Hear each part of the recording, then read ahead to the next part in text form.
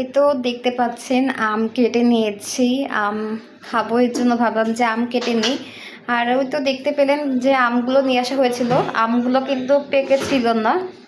তো আমগুলো কিন্তু বলেছিল 2 দিন, নাহলে কালকে থেকে আপনারা খেতে পারবেন, পেকে যাবে। তো দেখলাম 3টা আম পেকেছে, আরেকটা আম পেকেছে কিন্তু ওটা বেশি পাকে নাই, ওইটা তো এই জন্য কাটলাম না, এটাই কাটলাম। তো এই তো এই 3টা কাটলাম, এখন আমরা খাবো। 3জনে আসছি তো ভালোই হলো, এখন আমরা খাবো। আর এখানে আবার মিষ্টি নিয়েছি। আর ওই দিন তো দেখতে পেয়েছিলেন মিষ্টি আনা হয়েছিল, তো এখানে এখনও 2টা মিষ্টি রয়েছে, আরও এখানে 4-5টা ছিল। তো ওগুলো আম্মু আর ভাইয়া খেলো। আর এই তো এখন 2টা আসছে, আমি এখন একটা খাবো। আর আমি তো এই মিষ্টি অতটা পছন্দ করি না, এই তো আমার মিষ্টি খাবো, কেমন না আম আর মিষ্টি 2টা একসাথে খাওয়া। তো আগে আম খেতে হবে, তারপর মিষ্টি খাবো। আর এই তো আপনাদের সাথে একটু শেয়ার করে ফেললাম।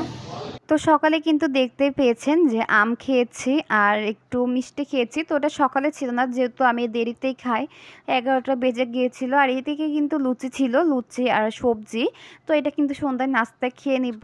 আর আজকে কোনো তেমন ভিডিও শেয়ার করিনি, জাস্ট একটু খাওয়া দাওয়ার এগুলোই শেয়ার করলাম, তেমন কোনো কিছু শেয়ার করতে পারিনি। আল্লাহ হাফেজ।